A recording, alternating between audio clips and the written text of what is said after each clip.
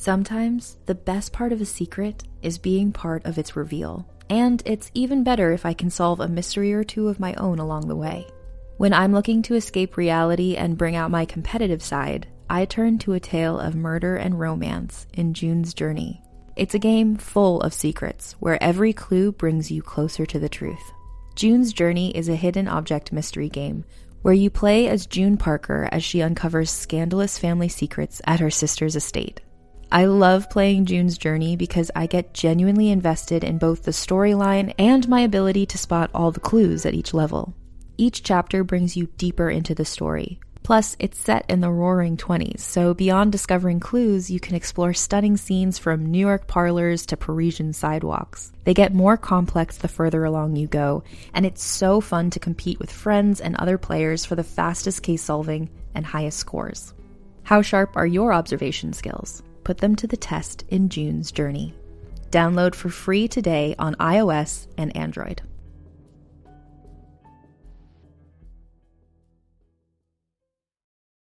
Hi, this is Rob Benedict. And I am Richard Spate.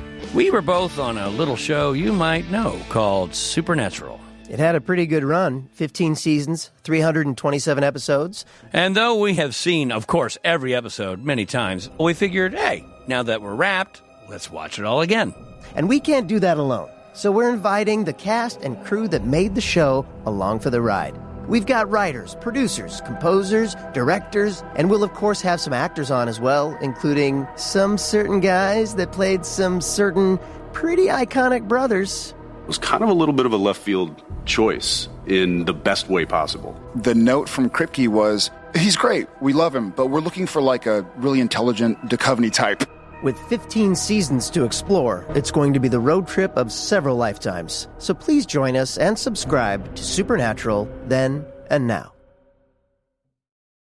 What's up, everyone? It's Noah Daniels. Hey, y'all. I'm JJ. Hey, guys. It's Kat. And we're your hosts of the Real Hauntings podcast, where we bring on guests to share their first-hand encounter ghost stories and supernatural experiences. Now on to the trailer.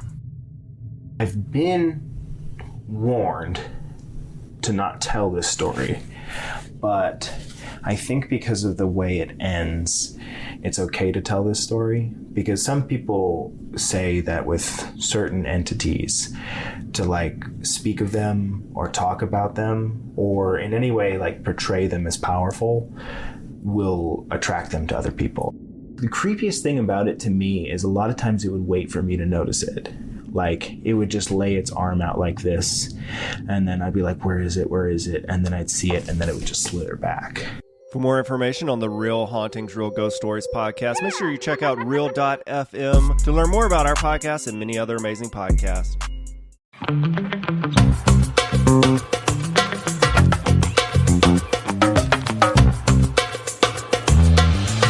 Hello, everybody, and welcome back to another episode of Don't Blame Me. And today, it's an M&M. Melissa and Megan I'm are excited. back. Woohoo! Me too. I'm 100% human. 100% that bitch. I saw a TikTok that was like girls in long-term committed relationships singing along to Truth Hurts, and it's just like very much. I was like, oh, this is me. It's like a girl singing to her boyfriend, like I never going to be a side chick, and he's like, well, okay, for sure. Like it's just letting you go off and be like, I don't need no man, but also like we're dating. We're here. It's my life. 100% that bitch. Okay, so anything else? I mean, I always feel like we usually do like an intro with normal guests. Yeah. Well, we kind of been talking for like 30 minutes without the camera rolling. For sure. Well, cool. I'm trying to think if there's anything. Any fun facts? Have you gone on any dates recently? Don't ask me and embarrass me in front of the people. Okay, you want to ask me when my book's getting released to even it out? I know when it is getting released, true. so I should not say. Not. Don't say it. Well, yeah. Cool. Nice. Any new recipes? No, Mott's and I made a galette, and we're gonna make chocolate chip cookies soon, I think. Do you mean the sexual video? Yeah, I don't know. I truly was disgusted. I truly need to figure out if we had not anyone would know. Melissa said she couldn't watch the video because it looked like I was gonna fuck him right there. Yeah, I didn't even have she posted a little clip on Instagram. I didn't have the volume on, and I was just like, what is going on here? I did not want to know what was going on. All it looked like was Megan was ready to fuck. So and I was like, I am so uncomfortable and I will not be watching this video. So I'm trying to figure out, we either had sex before or after, and I need to rewatch it again to see, like, oh, did we have sex while it was baking in the, like, do you know what I mean? Like, is there like I don't want to know what you mean. I want to figure it out though, because it's funny. Maybe the next one we make chocolate chip cookies, I will just like fully have my hand in his pants the whole time. Please don't, because at first I was like, oh, I can't wait to have your chocolate chip cookies, and now I don't want. You want that the secret ingredient? No, semen. Ew. Can you imagine? It probably isn't some cookie. True. Not cookie. Most of the food that people make in like restaurants are like, there's a special sauce. You think it's a powdered sugar glaze? Nah, bitch. That's my cum. I jizzed all over that donut. Or they just like cooked it into the food. What do you think fried jizz is like? Because you can fry anything. Yeah. But it would have to be a lot. I get, yeah, I wonder how much liquid you would need. First oh, yes. To make it solid. Then put it in whatever batter you're going to use and then fry it. Yeah. Someone's definitely fucking done that. 100%. You got a deep fryer, like, you've tried everything, and you're like, people fuck pies. My nemesis. Think about it. If you made your nemesis just like eat deep fried cum. I'd do that to my nemesis. That's probably the least terrible thing I'd do to my nemesis. Did I ever tell you that someone like DM, like I've gotten people I know in real life who've DM'd me, they go, yo, can you let me in on who your arch nemesis is? I mean, like, I really when Kelsey was here, she was trying to figure it out. I know. She'll never know. I know. I've actually told 2 additional people who plug for shared channel, Lily and Jocelyn's channel. I've told 2 of them. They were like, and I finally was like, oh, and they were like, holy shit, that is your arch nemesis. Oh, and they I was didn't like, know? yeah. No, Lily and Jocelyn know. Oh, okay. But there are 2 other girls who work on the channel. Got it. And we were just like talking about something, and I was just kind of like, I was with people who all knew. And so like then you forget that you're like, oh, and I was like, oh, whatever. And they were like, holy shit. Okay. And I was like, yeah, you get my darkness. Yeah. You get my threats. But yeah. Well, now that we've discussed deep frying jizz. Deep fried jizz. That's just the title of this episode. Deep fried jizz. The ads are fully being taken off on YouTube. And well, guys, this is Don't Blame Me. It's an advice podcast. We can't give you advice on how to deep fry jizz because we have yet to do it. Said how to do it. In theory, true. In true. But in practice, we don't have personal experience. But if any of you, let us know. Give us a call. 310-694-0976. Leave us voicemails asking for advice and things you want help on. And then if you're an international listener, you can send us an audio file at meghanpodcast@gmail.com. And scene. Hey, Megan and Melissa. So I'm 18 years old, and I recently just moved away from my hometown, drive away to go to college. And my roommate's my best friend, and it's great so far. It's only been a week. But I have a boyfriend, and he followed me to college. Like, he never wanted to go to school, and he just came to school and followed me. And we've only been together for we've been talking for maybe 4 months, so we've been together for maybe 2. Or not even, I don't know. But he just, I don't want to be with him. I just want to be able to, I'm in college, I just want to be single. I want to be able to do, not whatever I want, but whatever I want.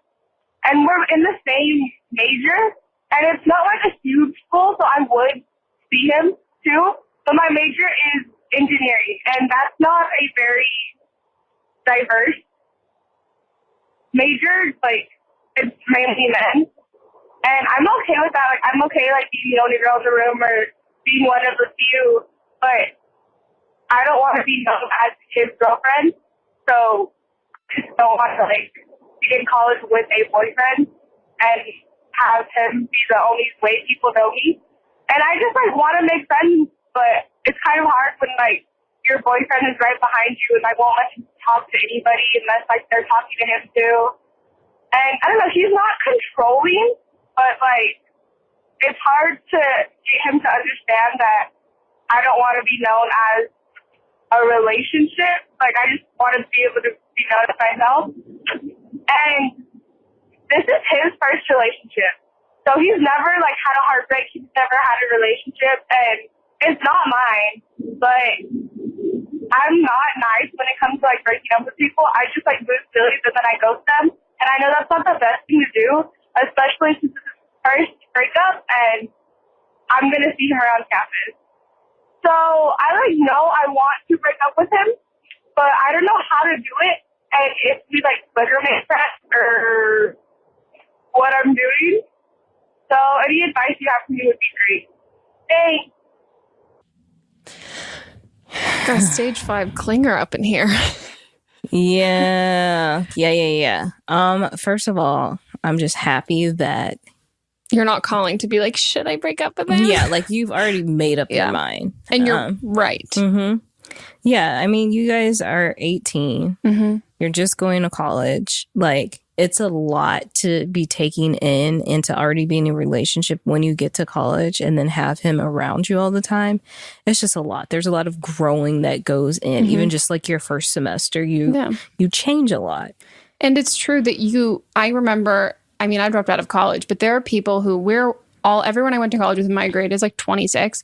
And there are people, for sure. And there's everyone that I think of that, like, I'm like, oh yeah, so-and-so, they have a high school boyfriend, or like they have a boy. Like, you are right in the sense that, like, that is kind of how you will be known as somebody who, I didn't go in with a boyfriend, but I started dating a guy, like, I think we met on like we met on the last day of Rush. And that was like, where he was like, I met him before that, but like, it was like the second, third week of school. Mm-hmm. And that was like when I was like, fuck, no one knows me except for being this kind of thing. I will also say, to anyone who's listening and taking this from like this, a controlling partner and boyfriend, girlfriend, or anything like that, it comes in so many different shades. So just because someone's not saying like, oh, you can't hang out with your friends, you can't talk to anybody else. But if you feel a pressure, even if they're not explicitly saying it, like by their actions, by certain things that they do, if it's not coming from like an aggressive place, but it's coming from like, oh, this just makes me feel really bad about myself place, that's still controlling. Mm-hmm. And that's something that I think like, you obviously don't need to be told that like this is a relationship that should end, but like anyone in general, like controlling can come in the ways of like emotional manipulation, and it doesn't have to be from someone who's like an aggressor and you are the I don't know what the other term of that is, but like someone can come at it from like oh, I'm insecure kind of way and makes you think it's your own idea. Yeah, it's toxic. Yeah. I think like you break up. I understand, as two people who ghost, I think we very much relate. I think that it's really nice of you, and probably like the more courteous thing is what you're saying is you shouldn't do it. It is his first breakup. Mm-hmm. I think in general with anyone who's like a little bit like I'm just going to call him controlling, even though you didn't call him controlling. With anyone who's a little bit controlling, or you know that they're maybe more emotionally invested or anything like that. And I think that the best thing that you can do is to not leave any like loose ends. And I think it's then in ghosting, it can be kind of like, oh, I'm waiting around. Oh, what if like they're still waiting? Yeah. And I think especially because he followed you to that school. He'll follow you to class every fucking day at that point. Like, I don't think it's I think you want to do a clean break. And I would say, literally just like sit down with him and be like, hey, I've really liked dating you. I'm at this point and like where I'm at, I just don't see us together anymore. And like, I've really like appreciated everything that we've had, but I don't have those same, I think it's really important to, in this situation, to say you don't have those same feelings for him anymore. Yeah. Cause if not, then they feel like I can fix what I'm doing. This, or at a later date, she'll come back around. And it's probably the hardest breakup to say, because it's just like, and I think you're amazing and great and you're going to be great for somebody else. It's just not me. And I think that that's kind of just where you need to end that, and just like that, have your piece be said. And then I wouldn't tack on, I'd like to be friends, or like I'd like to remain friends, or anything like that. I just wouldn't add that on. I also will say in this situation, I think, and you were friends with exes, I think that there needs to be a grace period so both parties can fully move on and get over. Because I think there are instances where people are like, person who's instigating the breakup is like, I want to be friends. And the person who's heartbroken is like, yeah, I'll be friends. And they're not ready to be friends. And then someone else is kind of doing it. So I think the best situation is when like two people naturally come back together and they're both like in good places, but it's not, I think you've been dated for that long, but he's been invested in you enough that I wouldn't say that you can just slip in. And it's not like you realized you guys are better as friends. I think you're having to break up with him. And then I think be cordial and like when you see him, but I wouldn't treat him in a way that you treat like, and you mean like, I don't think he needs like any sort of extra coddling at all. He's an 18-year-old. Yeah. And I mean, like, you guys have been together for 4 months, which in like high school terms, that seems like a lot. But now that you're older, it's really not. No, not at all. And I think it might be awkward for a bit. I went on a date with a guy and then who I had a class with, and then I was like, I'm never doing this again. And it was so awkward once I was like done. That's like me and everyone. Yeah, it's super fucking awkward, but it's only awkward for a certain period of time, and then you move on, you hook up with somebody else, like someone walks in on you when you're showering, something else happens that's awkward in your life, and you're like, oh, okay, whatever. This is like, it's all like a manageable sense of awkwardness, and it's not going to last forever. And if he's like being immature or like a lot about it, and is like, yeah, if you find that he is getting like a little too attached and like too clingy, don't succumb to it in the sense that you feel like you need to coddle his feelings or apologize for any of that. Like, you need to set the boundaries because he followed you to college, which is fucking and you've been together 4 months. That means like when you guys like first started dating, he decided to go to college with you because you would have had to have your papers in sooner. Yeah, it's just not. That's awkward. It's just a lot, and it's like not a normal. I don't want to say whatever. It's not a normal amount of a lot. Like this is someone that like that is a lot, and be cognizant of that. And it can be hard when you're in a relationship that kind of moves like very fast in that way that you get used to it, but then realize like, oh wait, no. If he's like wants to keep hanging out and all of that stuff, I think it's better for both of you to have like a clean break, separation. Don't talk, don't text, don't do any of that. Even if he's like, hey, I really miss you and I'm sad, I just want to hang out, or you feel like you need, like I said, coddle or anything like that, it's not your responsibility. Yeah, you've got your best friend that you're living with. You guys like enjoy college. Like, don't settle down with some dude like in your first few weeks. No. Go have fun. Yeah, have so much fun. So much exploratory fun. Yeah. But be safe and go to class. Get good grades. That's not what I was going to say. Wear a condom. Yes, that's what I was going to say. That's what usually mine is, but then yours is like study. I know, but that's why I pointed to you. Yeah, wear a condom. I mean, or just don't get pregnant or get an STD and get tested regularly and have fun. Have fun. Get it, girl. Best of luck. Yeah, and go to class. But best of luck. I'm excited for you, and I just like and I admire you for being an engineering student because that shit is hard. Like so hard. I was like physics when I went to school, and I was like, and it was like mostly dudes, and I was just like, I can't be around these guys for the next 4 years, and it was only like 10 people in the program. Yeah, I'm always very impressed when I see like. I think about like when I see a woman graduate with like an engineering degree, it's like, yes, you're smart, but also your tolerance for bullshit is insane. Of just like guys like circle jerking, like, I'm fucking smart, like I'm the fucking like that's amazing. Yeah, you're gonna go so far in life, and you're gonna make a lot of money, so much money with just a bachelor's degree, which is insane. Yeah. The entry level, oh my god, fucking crazy. A new year means new opportunities, and if you've been thinking about starting your own business, let this be your sign to take the leap. Of course, this decision comes with a lot of questions, like, how do I get started? How do I come up with a brand? How do I sell stuff to people? What am I even going to sell? Well, if you have all those questions, you can take a deep breath, because Shopify's got you. Shopify makes it simple to create your brand, open for business, and get your first sale. With Shopify, you can get your store up and running easily with thousands of customizable templates. No coding or design skills required. All you need to do is drag and drop. Their powerful social media tools let you connect all your channels and create shoppable posts to help you sell everywhere people scroll. And Shopify makes it easy to manage all the details, like shipping, taxes, and payments from one single dashboard, allowing you to focus on the important stuff, like growing your business. The best time to start your business is right now, and with Shopify, your first sale is closer than you think. Established in 2025 has a nice ring to it, doesn't it? Sign up for your $1 per month trial period at shopify.com/realm, all lowercase. Go to shopify.com/realm to start selling with Shopify today. Shopify.com/realm.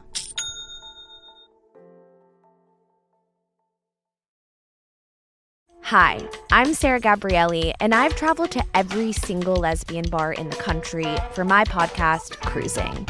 Each episode of Cruising features a different space and tells the stories of the humans that run it and the humans that call it home. You can listen to Cruising on Apple Podcasts, Spotify, or wherever you get your podcasts. Season 1 and 2 are available now, so be sure to binge them before Season 3, which will go beyond the bars to queer bookstores, farms, peace encampments, and more, premiering February 4th.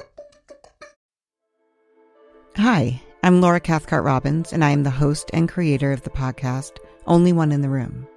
Every week, my co-host Scott Slaughter and I invite you to join us and lose yourself in someone's only one story. The Only One in the Room has a wide variety of guests, from prisoners to abuse survivors to swingers. With 21 seasons and counting, we guarantee that Only One in the Room will have a story that you'll connect with. This podcast is for anyone who has ever felt alone in a room full of people, which is to say that this podcast is for everyone.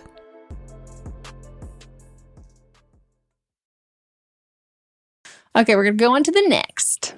Hi. So I'm 23 years old, and I just recently got out of a relationship. But so when me and this guy were dating, his ex started watching my Instagram stories. Like, she didn't follow me on Instagram. She just would watch my stories.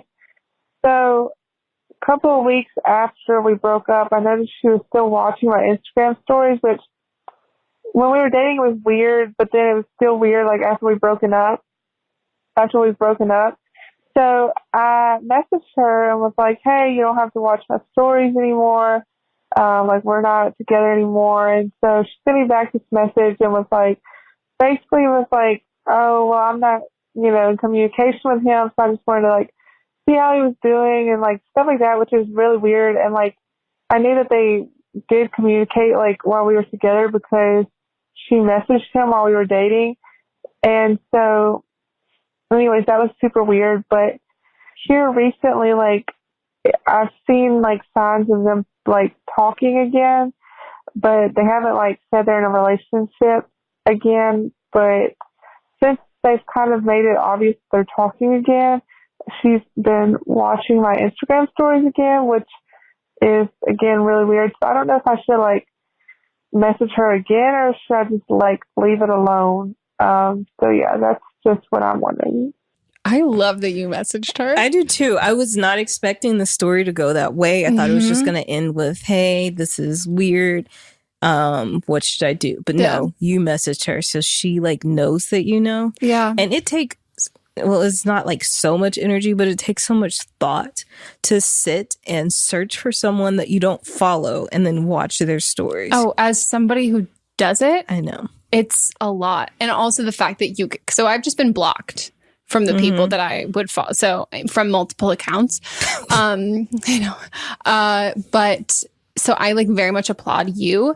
I think here's the thing. I think that as somebody who does this, it comes from an insecurity. Like, she's coming at it from, like, the fact that, like, she just feels shitty about, like, herself and maybe her situation, and she's comparing herself to you. And so for her, she's trying to get ammo in either direction. She's trying to get ammo in the sense that, like, oh my God, that negative thought in my brain, I'm right, I'm the worst, like, this girl's so much cooler than me, she's so much prettier than me, her life's so much cooler than me. Or she's looking at it and, like, is like, fuck this girl, like, wow, she's so lame, like, I'm so much better. But regardless, none of it has anything to do with you. And I think, like, messaging her doesn't really do anything. I think, like, if you want to do anything, I think probably the best thing to do, because I think it'll also be better for her mental health. Again, as somebody who's been blocked so many times, it now takes me so much more energy and effort to go search for someone. Yep. And, like, the specific person that I'm talking about, it takes so much time because I can't just go onto my Instagram and look. I can't go onto my Finsta and look. I literally have to go onto a website and type in their name and, like, look. And it just makes it harder to do. And so it's less like pouring salt in a wound because it's less easier access. So I think hiding your story. That's you don't what I was have to gonna block say. her. And I would unfollow him too. Yeah, I would unfollow him and I would just hide your story from her. And I think that's a great way. And you can also hide your story from him if you want to too. But I think like for her, she's gotten into this habit when she still, when you were dating the guy that she still had feelings for, she got into the habit of it. And even though you guys ended it and you're there together, she's just in the habit. So I think like preventing that from happening, because it's not like she's just using you and what you post and your stories and your content as like ammo to like fulfill whatever narrative she needs to fulfill at that time. And that's not your responsibility. Wow. It's like I really therapized myself with this. I want you to like repeat this, play it back. I told you that I know. Now I have to go on websites and I don't do it as often. Yeah, that's good. It's like, I think you'll break the habit. It's like when I first deleted Facebook. Well, the first step was like I deleted it from my phone and then I just completely canceled my whole account. Yeah. But I was still in the habit of always going to facebook.com. Yeah. Like when I got on the computer, I'd sit down and my fingers would just automatically type it. But then eventually it just stopped and I don't do it anymore. And it is like a habit. And I've gotten into like when I got blocked before I knew about the websites and I was like blocked for like a good amount of time. It was like I was pissed off. But then you just unlearn it. It just becomes like, oh, this is not. Yeah. And I deleted it from my homepage when it used to be just the Instagram account. Great. Yeah. But I think it's a good lesson. My arch nemesis, imagine if this was my arch nemesis. It's not. Oh, then I don't know who you're talking about. No, but it's like, it's a different, I'm saying it's a totally different situation. Got it. I thought you are referring to your arch nemesis. No, yeah, but I'm saying like if my arch nemesis called in, this is not the situation of my arch nemesis, but it would have been like some bitch just looking at my Instagram. Like, who, me? What? No. But yeah. So yeah, you're good. Yeah. On to the next. Hi, Megan, Melissa, and guests. So I am 22 and I just graduated college. And I need some advice about something that's kind of weird, but I also feel like a lot of people can kind of relate to it. I am in a relationship currently, and the guy that I'm dating is also my ex. So we dated senior year of high school through junior year of college, and then broke up for an entire year and then got back together in December of last year, so December 2018. And while that year that we were broken up, I did my own thing. Like I met a bunch of guys, hooked up with people, made a bunch of friends and all of that, and it was really great. And then when I got back together with my ex, I kind of realized that I wasn't fully over that phase in my life. Like I still want to like go out and experiment and stuff like that. There's a part of me that thinks that maybe I should maybe bring up an open relationship to my boyfriend, but I'm afraid that if I do that, I will like fully end up leaving. And the problem is that I love my boyfriend so much and I love his family, but I'm having trouble connecting with him like sexually. So I just need some advice. And on top of that, the guys that I hooked up with during that year of me just like really finding out who I am and stuff like that, the guys I hooked up with were all really, really good at sex. And unfortunately, my boyfriend is not the most experienced. So I'm just kind of struggling with that as well. But yeah, if you could help or if anybody else could give some advice, that'd be great. Thank you. Love the podcast. There's a lot to unpack here. Yeah. I mean, I think the first thing that you need to do is figure out your deal breakers, because sexual compatibility and all of that kind of stuff, like you saying, like, I feel like if I had like brought up an open relationship, like that'd be the end of us. And it would only be the end of you. I mean, if he's not respectful of like what you want, then also he's not your guy. But or she's saying that I might find somebody else that is better. Yeah, I think you need to figure out your deal breakers, because like if you're not being satisfied here, that's not on you. Yeah. Like this is something that like you have every right to be like, okay, our relationship it's not going to end. Like we're not going to be each other's end all be all. And I think if you want to be in an open relationship, if he says no to that, you have to figure out like, do I want to be in this relationship exactly how it is and have nothing change? Mm-hmm. Or do I want this relationship and it can change and we can have an open relationship. We can like, our sex can get better. And if he's not willing to do the things that would make you want to stay in this relationship, then you don't want to be in this relationship. Mm-hmm. Like, you have to look at it in that kind of way, because like there's so much of like the caveats of being like, well, everything's perfect except this. I'm going to stick around until this and this and this. But if you're with a partner who's not willing to like do their part in changing that and getting it to be in a relationship that like is fulfilling for both of you, then it's never going to get there. And then you're holding on to something that's not going to happen. Mm-hmm. Yeah, it feels like to me that you're comfortable being with him. Like she's dated him for a long time. You guys, I don't even think I would call him your ex. I would say like he's your boyfriend that you guys broke up, but you're back together. Mm-hmm. Yeah, he's not your ex. He's just your boyfriend. Yeah.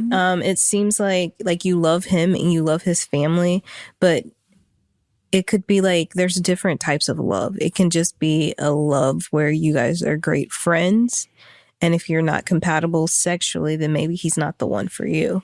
Yeah. Or it might be also that you were out here and it was just like the sex was good because you were having like sparkly new sex, that you weren't connecting with somebody emotionally. And so maybe you need to, or not need to, maybe a suggestion would be to like find things to spice up your bedroom. There might be things that you like and other guys were doing it, and your boyfriend might necessarily not know that you like it. Yeah, you might not even have known. Yeah, or like you guys are like he might have been like your first. I don't know, just because you were dating so young in high school, that you were like used to a certain type of sex, and now you've experienced other things, and you're like, hey, I'm interested in this. So introducing new things in the bedroom. And I think there's something like when you're hooking up with new people or one night stand or anything like that, you can feel a little bit more comfortable asking for what you want, because you're just like, or doing things that you wouldn't normally do. Yeah. And having someone else suggest something and being like, sure, let's go for it, because you don't have anything to compare it to with that person necessarily. And so for you and him, I think you're right. You could just be slipping into like the old ways, and you've had all these new experiences, which has made you want to experience those things with him. And I think you also need to figure out, do you want to have those experiences with him, or do you want to have those experiences? And was what part of the thing you liked a lot about those experiences? Was it the physical acts of things that were happening, or was it like the new people, the different stuff? Like, was that something that was also a turn on? Because I think you're right in like the comfortable sense of different kinds of love. And I think you can like love somebody in a romantic way and still have all of those feelings for them and have it not like be it. And that's a really hard relationship to let go of when there's like nothing, it's like extremely wrong. It's just not it. Love just isn't enough. Yeah. And I think that's also like something that you learn a lot when you're older. It's like, it's so much, you can like love somebody, but if you're at different places in your life, if you don't want, if someone wants kids, someone else doesn't want kids. It's all of these things that like, in the scheme of things, they're just one thing on a con list and everything else is pro, but it does all play into like what you want your life to be like. So I would say like speak up sexually with him, but then also really think about the fact, like, is it all of those things that I did sexually with these guys and how good they were at sex? Is that what I want my boyfriend to be like? Or those experiences, do I want to have, because you're saying, I feel like I wasn't done with those experiences. Are you not done? Could you introduce those experiences into a relationship? Or are you not done with those experiences with new people being single? And if that's the case, I think having an honest conversation with him. But I would also, if you're talking about an open relationship, I think a relationship needs to be incredible. And we've talked about this with like people who've been in, who are polyamorous, who've been in open relationships, who've been guests on the podcast before. An open relationship needs to be a way to have the way to have a healthy open relationship. As Gabby said, it's about your relationship. It's about bringing you and your partner closer. Right. And that's going to be a turn on for both of you. And it's not something that someone does to keep the other partner, to appease the other partner. It needs to be something that brings you closer. So if you feel like you are drifting away and you feel like that's it, I think emotionally sparing him the like emotional turmoil of being in an open relationship and then breaking up, like, I don't think I would try and avoid that if I were you, unless later down the road, you already spice up your own sex life between you and him, spice it up there and decide if that's something that you like are comfortable with and you're good with and like you feel like, and then have it be like, okay, this is a new thing that's going to bring us closer. Right. It's not like I'm not getting this from you, so I need to get it from somebody else. Yeah. And I wonder if like a part of it too is that you had mentioned that he was inexperienced. So are you hoping that he goes out and gets more experience and brings it back too? Yeah. And you also don't have to have, you can read, you can learn all of this stuff. It doesn't have to be like actual, like acting that stuff out. But also I wonder too, if you want him, do you want him to also go explore other stuff because you want him to gain experience and bring it into your relationship? Or also is there a part of you that feels a little guilty that you experience and had all this other stuff? And so you feel good, like you'd be okay leaving this relationship, but you want him to feel like empowered and sexy and that he's desired and all of that stuff. Because again, you guys just might not be it. And that's also like, okay. And you can like love someone's family and like that. And they can have served your relationship. It can have been great, but it doesn't necessarily mean that that's who you're going to spend the rest of your life with. Right. So have a conversation with him and let us know how it goes. Dress up as somebody else. Yeah. Wear a wig. Okay, guys, we're going to take a quick break and we'll be right back.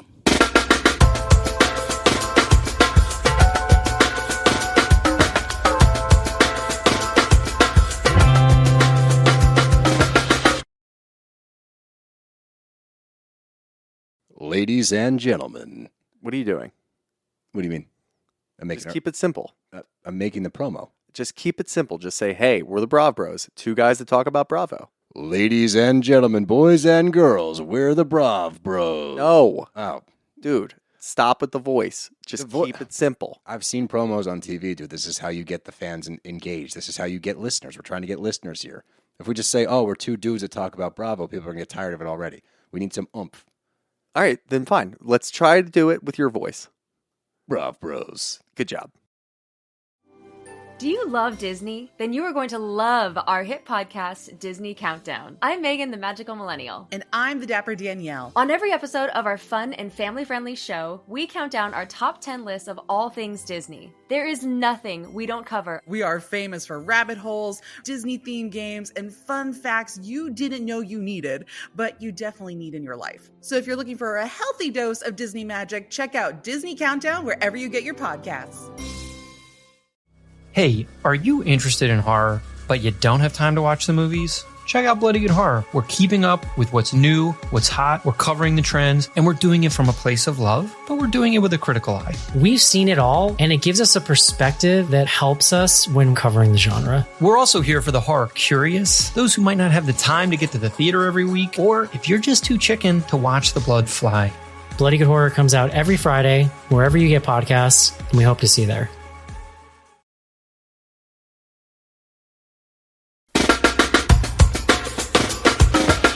Okay, guys, we're back from our break, and we're going to hop into the rest of the girls. I'm 25. My boyfriend, who I just started dating recently, is 30. And the woman that is his friend in this scenario, she's around 40. Okay.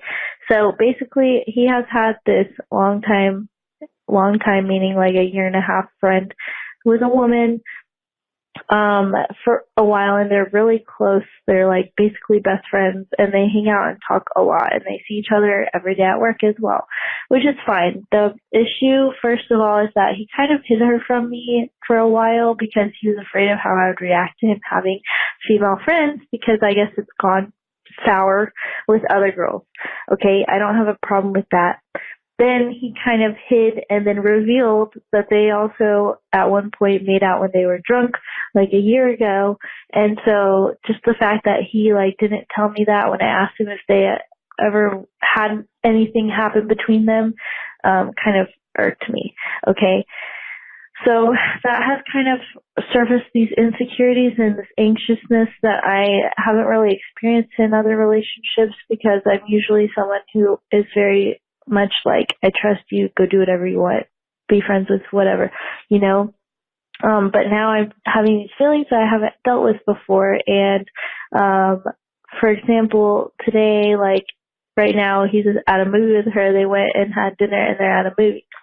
And he's very like reassuring, and he knows that I'm struggling, and so he tries really hard to reassure me. He's like, I'll call you after. Do you want to play video games after? Just trying to reassure me, and I'm just trying to figure out how to just accept it and move on, because I don't like feeling like this, and I don't want him to feel controlled, but I'm also like, what boundary does there need to be? And the other thing is that I know that she has feelings for him. It's really obvious to me. And he even said, like, yeah, that is definitely a possibility, and I can see why you would think that. So anyway, I need some advice on how to handle this, how to handle what I'm feeling, and not be controlling at the same time. So thank you. Ooh, I hate your boyfriend so fucking much. You are not controlling at all. You are not being controlling. You are not being controlling. You are not being controlling. No. Dump his cheating ass because he's fucking her. Yes. Like they made out one time when they were drunk. No, you know what that's code word for? We fucked. We fucked. And the fact...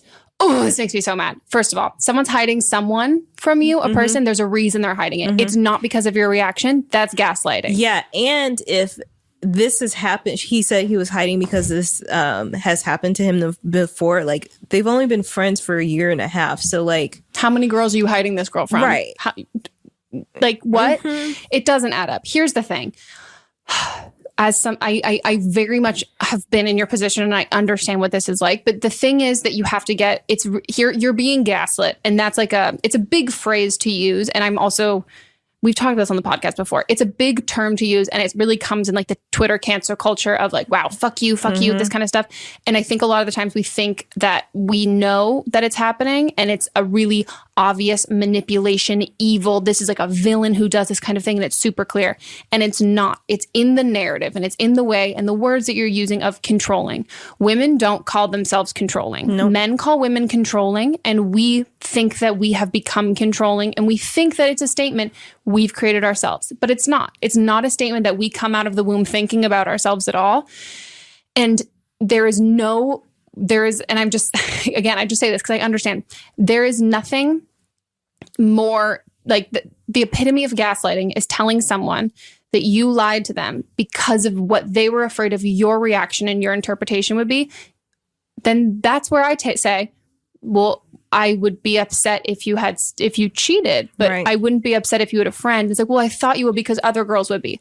Not true. That's not a true thing. That's not a true statement. If he's dating you, he should think highly enough of you that you're not like this, like, and like you said, you are a self-proclaimed not jealous person, which means he has no reason in this relationship to assume that he should need to hide something. He's going to hide something that has actual meaning to it. And then on top of that, the fact that he lied immediately and was like, no, nothing's ever happened. Then you finally get it out that like they kissed when they were drunk. Again, gonna tell you right here, they had sex. Like FYI, they had sex. Even if he won't tell it or admit it to you, and he swears on his life, on anyone's life, they had sex. Just gonna break it to you. And I feel like I'm gonna be mean to you because you need to break up with him, and I'm gonna be super blunt about it.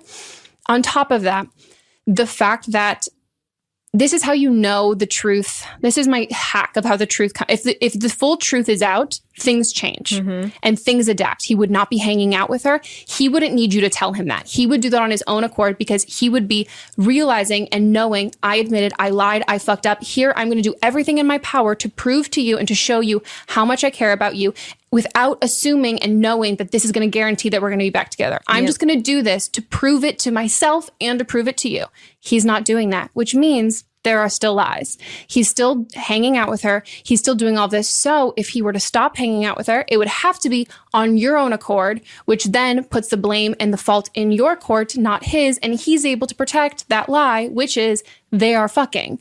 And all of it. And the fact that he's coming up with like you saying it seems like she could have feelings for you, him saying yes is getting his ass out of it too, to be like, yeah, so if you see us or you see our conversations and you read it as flirty, I'm going to make you think it's her flirting with me and me not flirting with her, and it's not reciprocated. And if he was a good guy, would not hang out with her, would not do any of this, would not do anything to make you feel this way at all. And the fact that he's being like, well, you're feeling that, like, knowing that you feel this way and putting that on you, again, it's gaslighting, and he's cheating on you. If she's such a great person, then he should, and they're friends, he should want you to be friends with her. Yeah. I'm just talking from personal, personal experience, like, Everyone here knows that I'm friends with my exes. Oh, but you mean from the beginning? Yeah, from the beginning. Yeah, that makes sense. Like when one of my exes, he started dating his current girlfriend, we didn't hang out at all. Yeah. Like we stopped hanging out one-on-one, period. And then once like they realized like they were serious about each other, he invited me to come meet her because he was like you're awesome, she's awesome, I think you guys will be friends. I hang out with them. I hang out with her a lot. I never hang out with just him. And that's also you being respectful of the relationship. And he knows that too. And he's never asked me just like to hang out with him. Because it's disrespectful of the relationship, and the fact that as a woman who supports other women, the fact that she is hanging out with your boyfriend is because he's not calling her. Yep. He's not calling you his girlfriend to her. She's not doing... You are either being painted as my super controlling girlfriend who like won't let me do anything and she's such a drag, we're totally going to break up. And she's like, okay, well, I'll wait around until like this is my... You're giving me my little caveat, like my little like squeeze in and like I'm just waiting. Or he's completely downplaying your whole relationship so she doesn't think that she's being the other woman. Or she's a cunt. Yep. But like there are 3 options and all of them involve your boyfriend being an absolute jackass. That lied to you and still lying to you. Why are they out at the movies together without you there? It's absolute. And the fact that like even now if he's being forthcoming about that information, that's his cover. That's not actually doing anything. And he thinks that she has feelings for him. Yeah. And he's admitted that to you. If you think that somebody has feelings for you, that is so disrespectful You're such a to go dick. hang out with. It's disrespectful to both parties. Like to hang out with her, leading the coworker on to make it feel like that, like, you know, she has a chance, and then disrespectful for you because he's hanging out with someone that he knows has feelings for him. Yeah, and knows made that out you know before. it, and is being like, Just made out. And also they're on a date, and I'm going to be again level with you and say this. And I say this out of love because you need to break up with him. He thinks you're a fucking idiot. Like he thinks you're a straight up idiot, and he's treating you like a fucking idiot. So don't be an idiot. And like, I love you, and I'm so glad you called in the podcast. And again, as someone who's been there, I just have to tell you, like, you have to fucking wake up and realize if someone's treating you like shit, it's because they think shit of you. No one who respects you and does all of that stuff, that's not where he's at. And if he was there, this would have changed and everything would have changed. And there was an opportunity for him to like be honest and come forth with all of this stuff. And you found what you found. And I think... I believe that there's redemption for everybody, but he has to want it. And he clearly does not give a shit and clearly is not trying to fix this or do anything to fix it or even cover up anything. He's now hiding the fact that he's cheating on you in plain sight. And it's so fucking disrespectful of like your intelligence and what he cares about you, how he cares about her. And you just need to end it and be done and know that like she might not even be the only girl he's sleeping with besides you. Like, and I would, like, this is a scary thing, like, or whatever, but like, I would get tested if I were you. And I would just fucking cut him out of your life and be done. And don't listen to his gaslighting shit at all, because that's like, I totally understand what it's like to be there and you're putting all this fault and blame on yourself and your own reactions. And it's everything that you're saying. You've called into a podcast of people telling you like he's being a manipulative, cheating ass. And none of those things that you have about like worrying about being controlling and you want to get over it and all of that stuff. That's not how this works. Again, as somebody who's in therapy, there's not the idea. If anyone tells you you need to get over something, that's trying to shove away and push away your valid emotions that come from like actual legitimate actions. And it's someone trying to get away with more shit. It's like, please just get over it so we can move on because I don't want you to figure out the rest of the shit. And if you need to figure it all out, go through his phone, go through his messages, go through everything, and you'll see it all. Go to the movies, sit behind them. Follow him in your car with your friend. Like if you need more evidence, which again, I get that. And there is a part when you're being gaslit, there's so much of like, you begin to question your own reality and of being like, am I doing this? Like, what's real? What's not? What am I reading into? What am I not? Go with a friend. Tell your friend the whole thing. Again, you have people here who've been like, yeah, no, you're not crazy. and build up that evidence that you might need. If you don't need that, great. But if you need that evidence, build that evidence up and you'll see it. Go through, if he has any apps on his phone that you don't know what they mean and they potentially kind of look like a lock or something like that, that's usually password protected, hidden photos and hidden text messages. I would also check to see what her name in his phone is. I would look at her initials because he probably is keeping her name.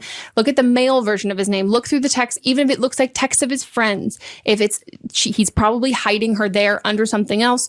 Look in his deleted photo album. Look at Instagram DMs. And here's the big one that this will blow your mind.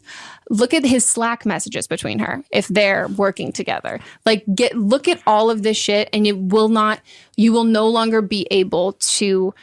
It's an empowering feeling to know that you are not wrong, like you are right. You're validated in these like feelings. And if you need all of that information and you need all of that evidence, find it, because I promise you it's there. It's there.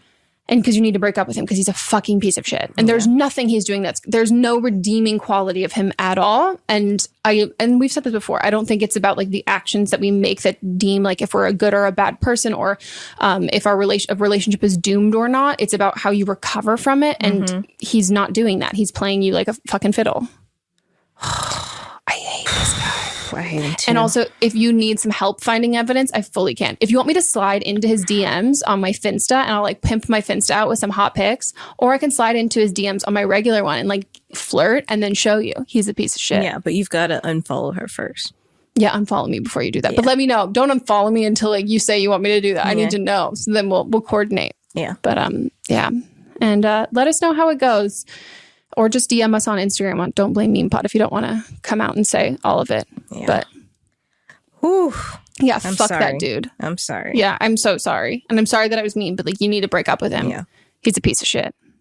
I just love her like, oh, we drunkenly made out. It is universal term for we fucked. Yeah. Yep. Yeah, I've drunkenly made out with a lot of people.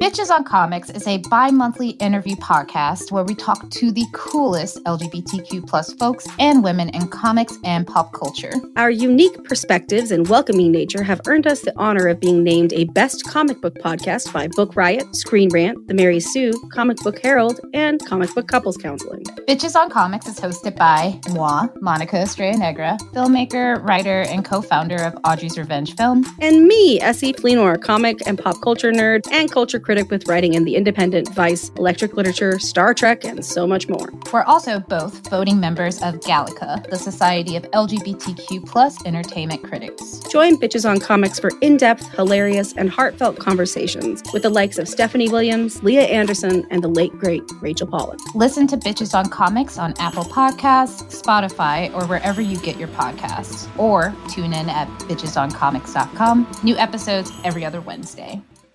Hey everyone, join me, Megan Rinks. And me, Melissa DeMonts, for Don't Blame Me, But Am I Wrong? Each week, we deliver 4 fun-filled shows. In Don't Blame Me, we tackle our listeners' dilemmas with hilariously honest advice. Then we have But Am I Wrong, which is for the listeners that didn't take our advice. Plus, we share our hot takes on current events. Then tune in to see you next Tuesday for our listener poll results from But Am I Wrong? And finally, wrap up your week with Fisting Friday, where we catch up and talk all things pop culture. Listen to Don't Blame Me, But Am I Wrong on Apple Podcasts, Spotify, or wherever you get your podcasts. New episodes every Monday, Tuesday, Thursday, and Friday. I'm Brennan Storr. I'm Paul Bestall. We're the Ghost Story Guys. And every 2 weeks, we explore first-person stories of encounters with the paranormal from all around the world. Then we have some fun reacting to those stories. We like to say our goal is to scare the hell out of you, then make you laugh. Belief in the paranormal is not required. All you need is a love of great storytelling and curiosity about the world around you. Come find the Ghost Story Guys on Apple Podcasts, Spotify, and everywhere else fine podcasts live, or at ghoststoryguys.com. Hello, Megan and Melissa. Hello. Okay, so I called him before, but honestly, it was a mess. And other stuff has happened. So, okay, so I was having. So here's like the backstory. Okay, so I was having like problems like with like my like period, whatever, and I had an IUD. I went in, had an ultrasound of my IUD. Everybody said it was fine, you're good, and that was on June 5th. And then June 11th, I hook up with a guy after I broke up with my ex-girlfriend. So he was like definitely like rebound. But we had discussed beforehand like the cleanliness of the both of us. Like we were both STD free and I had an IUD. So as far as I knew, we were safe. But that was not the case because I found out that I was pregnant on July 13th. Ow. I went in immediately that day to go get checked out. They had me come back a couple days later to try and get the IUD out. They couldn't, so they sent me home. The next day I was at work and I had this like really sharp pain. Ended up getting rushed to the emergency room. I had an ultrasound. Turns out that it was a tubular pregnancy, and it had erupted, and I was bleeding internally. So I went in for emergency surgery, and I like don't have a tube now on my left side. So now I'm like without a tube, but I can still have babies, so it's okay. So he like still like reached out to me, like wanting to like see me. And he knows that I had the surgery, but like he thinks it's because like I have like a tube, like a cyst in my tube, whatever. But now I'm like having bills come in, and it's pretty expensive from this surgery. And would it be wrong of me to ask to like alleviate some of like my stress, like in regards to like the bills, because like technically it does take two to tango. And like, how should I tell him? I don't know how to go about this, and it like stresses me out. So please help me. Thank you. Oh my God. First of all, I'm so sorry. Like that is, I mean, even you said you don't want kids, so it's like it's not a that's like a painful and expensive experience. Mm-hmm. So I'm so sorry that my vagina is clenching just thinking about it. Mm-hmm. Okay, this is, I mean, it's tricky. I'm very much in the camp of, I think you should be honest with him and tell him like, hey, FYI, it wasn't actually a cyst on my fallopian tube. Like, that time, remember we had sex and I thought my IUD was fine. Turns out it wasn't actually working and I got pregnant, and it was she did a tubular pregnancy. Mm-hmm. And that was what happened, and like it actually ruptured. I think I would start by just telling him that. And I think from there, I think hopefully it would be fantastic if he was like, oh my gosh, I'm so sorry. Like, that's crazy. And you can even respond and like, this is how I would probably bring it up. And then I would respond and be like, yeah, it sucks. And like, good God, like how fucking expensive. Like, I thought having a kid was having expensive. I can't believe like, and me making a joke, like this is like, and it's like bleeding me dry. This is so expensive, sort of a thing. And he might offer from there. But I think you have every right to like say like, hey, this might feel like a little like uncomfortable, and I just thought I'd ask. And if it's no, okay, but I feel like I should just ask. This is actually what happened, and it's really expensive. If there's any chance that like you'd be able to contribute at all, that'd be great. If not, it is what it is, because he has no legal obligation. No obligation. It's more at the fault of the doctor that you went to before and said that everything was fine. It's their fault. Yeah, and I think in the same sense of like a birth control pill, when you take it every month, mm-hmm. there is like you're taking this under the condition they're not liable for anything that might that's why they say 99% effective and all of that stuff. It's like the healthcare and the company's way of getting out of lawsuits of this kind of stuff. So I think I think it'd be great if he had to pay you for it. I think more than anything, I think the hospital should have, like your doctor should have to pay for it. You went there, you had pain. Yeah. They're not obligated to pay for it, but they misdiagnosed you. Yeah. And you thought you were fine. You had sex, but like any form of pregnancy, it's never 100%. Yeah. There's always a chance you can get pregnant. In this case, you did, and it was a tubular pregnancy. Mm-hmm. And unfortunately, it caused a lot of further issues, but he has no obligation to do anything. No, but that doesn't mean you can't ask. You can ask, but there is no guarantee. Mm-hmm. And also, like, it's not like he could say he could and then he doesn't. And it's not like you could follow up with like lawyers or anything like that. It's kind of more if he wants to, it'd be a really great thing. And I would like love that. And I think every guy I know would definitely be like, oh my God, 100%. But I think there's no harm in asking. Yeah.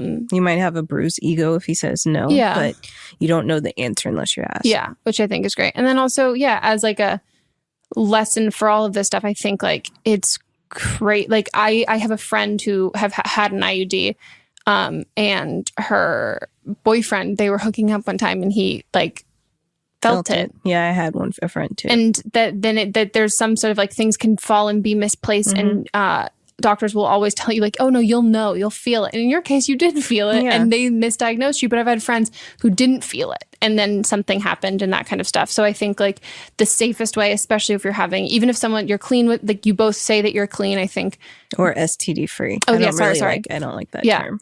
I think if you have a conversation with a partner the first time you're having sex and you say that you're both STD free, I think precautionary, it's courteous to both of you to still use protection the first couple times. I think like for me, I'm like, oh my gosh, wow, I want you to be concerned about your own sexual health. I don't want you to think that I'm lying about, I'm not going to say like, oh, if you wear a condom and I've told you that I'm STD free, you're going to think that I'm lying or anything like that. I think it's just a courteous thing that is kind of like all of those precautions. And even if it's someone that you don't plan on sleeping with for long term, even just like you, like a fuck buddy, maybe the first couple times and even though you have this other form of birth control, it's just it's an added form. Also, this should be like something that all women should be aware of. If you think that there's something wrong with your body, don't just settle like for one doctor's opinion, get a second opinion and a third. If you still think like there's something wrong and,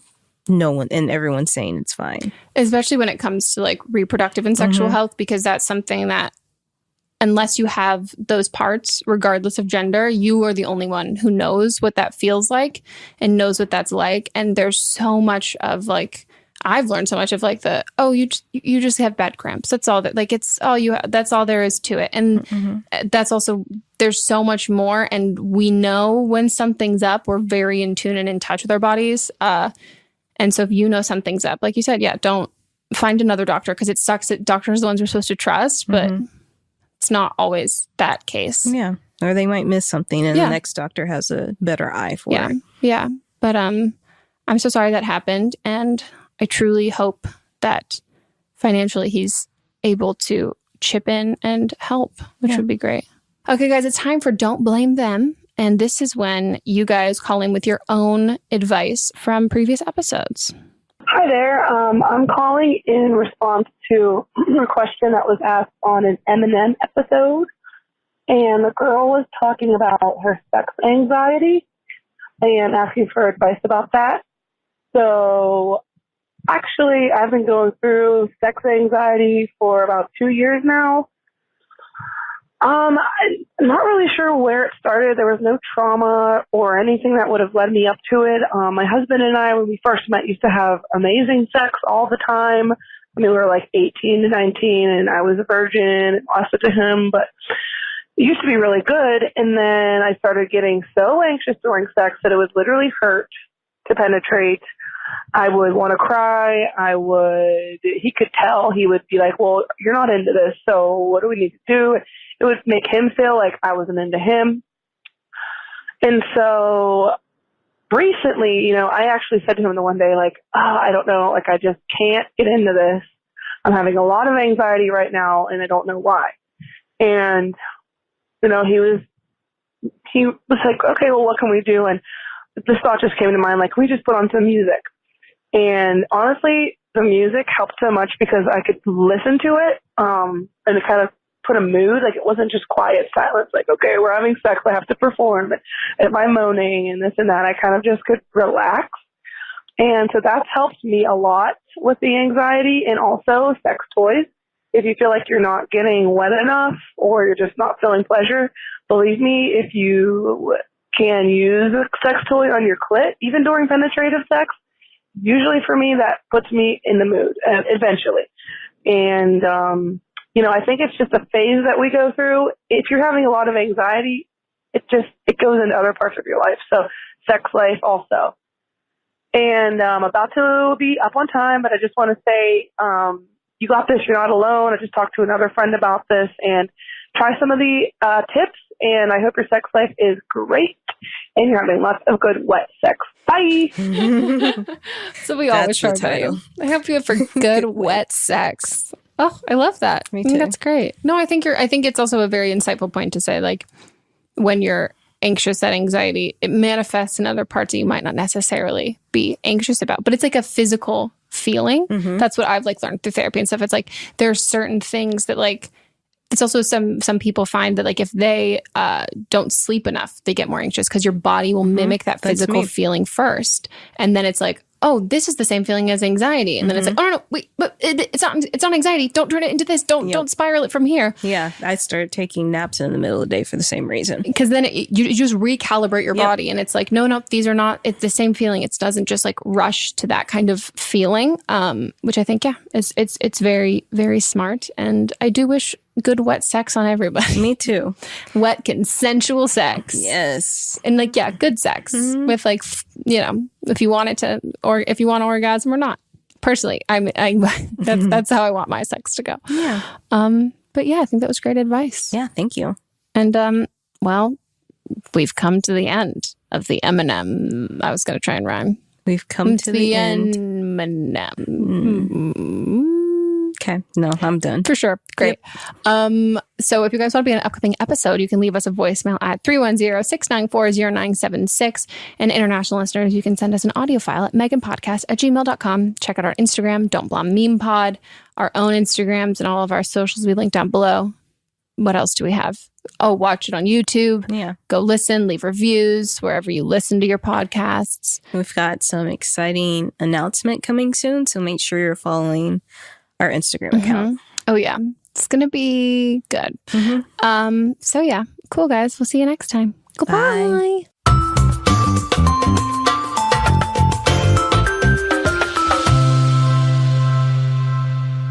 Don't Blame Me is a production by me, executive produced by Melissa DeMonts, camera operator Amanda Lechner, and music by Ryan Hunter and Giacomo Picasso, part of the HerPod Network. Welcome to the small town of Chinook, where faith runs deep and secrets run deeper. In this new thriller, religion and crime collide when a gruesome murder rocks the isolated Montana community. Everyone is quick to point their fingers at a drug-addicted teenager, but local deputy Ruth Vogel isn't convinced. She suspects connections to a powerful religious group. Enter federal agent V.B. Lauro, who has been investigating a local church for possible criminal activity. The pair form an unlikely partnership to catch the killer, unearthing secrets that leave Ruth torn between her duty to the law, her religious convictions, and her very own family. But something more sinister than murder is afoot, and someone is watching Ruth. Chinook, starring Kelly Marie Tran and Sanaa Lathan. Listen to Chinook wherever you get your podcasts.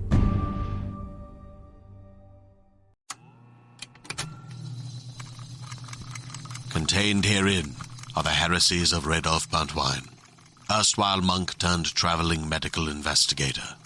Join me as I study the secrets of the divine plagues and uncover the blasphemous truth that ours is not a loving God, and we are not its favored children. The heresies of Radolf Buntwine, wherever podcasts are available. Hey, do you like true crime? Me too. And I know what you're thinking. There's so many true crime pods out there, you've already heard all the stories. Well, what if I were to tell you you're wrong? I'm Leroy Luna, the host of Excuse Me, That's Illegal, the podcast that takes a hardcore look at softcore crime. I've got a back catalog of hundreds of bizarre and hilarious stories just waiting to be heard by you. So come join me. Excuse Me, That's Illegal is available anywhere you get your favorite podcasts, with new episodes dropping on the 10th, 20th, and 30th every month, baby!